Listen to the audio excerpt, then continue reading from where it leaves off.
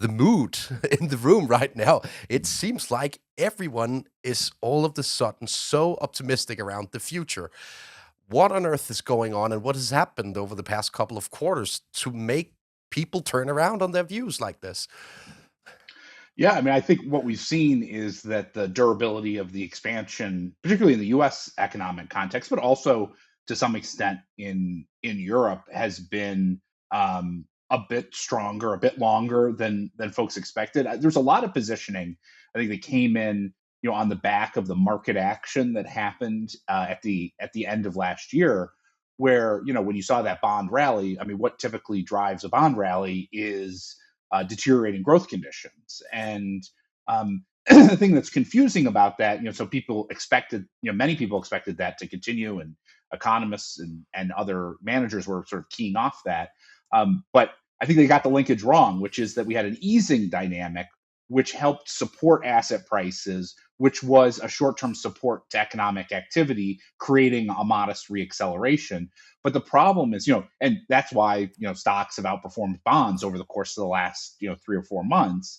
But the problem is now the consensus expectations has totally changed. We went from expectations of below 1% US growth in 2024 to now penciling out, between 2 and 2.5% growth, which is basically to say that the strong growth we're seeing here in the first quarter is going to continue basically for the whole year at a time when basically bond yields have risen 60 basis points. That seems less probable than expected.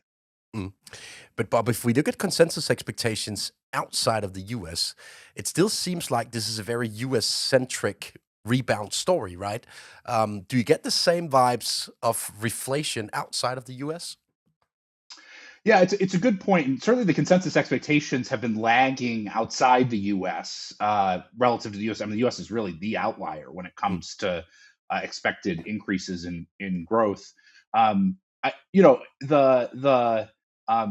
economies outside the U.S. I mean, particularly if I look at sort of Europe and the U.K., they're not, those economies certainly aren't strong, and no one's arguing that, but they're not a disaster. And I think in a lot of ways, people looked at those economies, if you go back a year or two ago, year ago, like they thought that the interest rate tightening that occurred was going to drive a significant slowing in those economies. And that's not really happening.